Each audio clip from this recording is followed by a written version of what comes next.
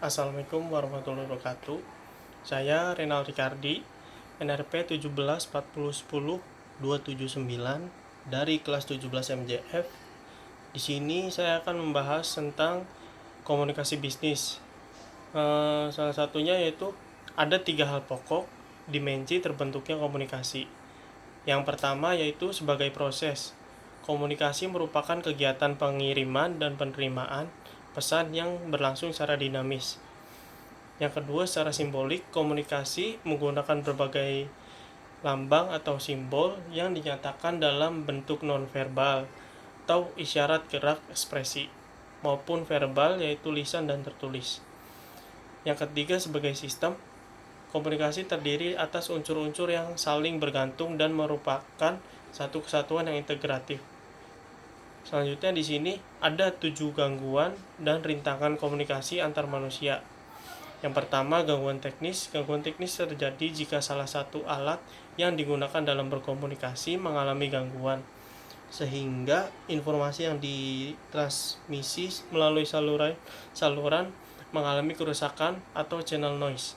Misalnya, gangguan pada stasiun radio atau TV, gangguan jaringan telepon, rusaknya pesawat radio sehingga terjadi suara bising dan semacamnya. Yang kedua, gangguan sistematik. Gangguan semantik ialah gangguan komunikasi yang disebabkan karena kesalahan pada bahasa yang digunakan.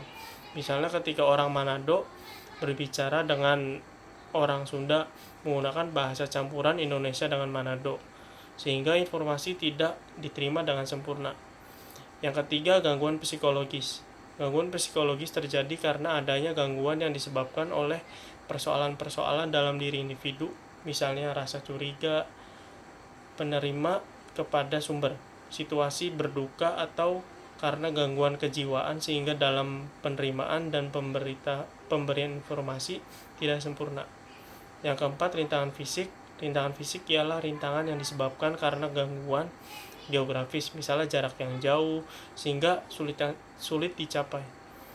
Tidak adanya sarana kantor pos, kantor telepon, jalur transportasi, dan semacamnya.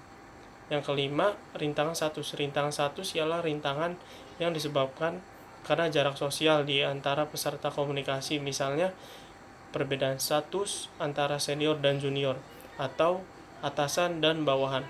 Perbedaan seperti ini biasanya menentukan perilaku komunikasi yang selalu memperhitungkan kondisi dan etika yang sudah membudaya dalam masyarakat, yakni bawahan cenderung hormat pada atasannya atau rakyat pada raja yang memimpinnya. Yang keenam, rintangan kerangka berpikir. Rintangan kerangka berpikir ialah rintangan yang disebabkan adanya perbedaan persepsi antara komunikator dan khalayak terhadap pesan yang digunakan dalam berkomunikasi.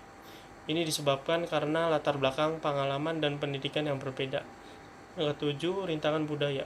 Rintangan budaya adalah rintangan yang terjadi disebabkan karena adanya perbedaan norma, kebiasaan, dan nilai-nilai yang dianut oleh pihak-pihak yang terlibat dalam komunikasi.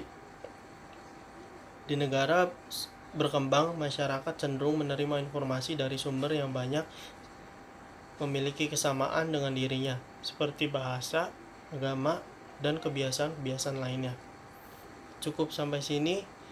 Mohon maaf jika ada salah kata. Assalamualaikum warahmatullahi wabarakatuh.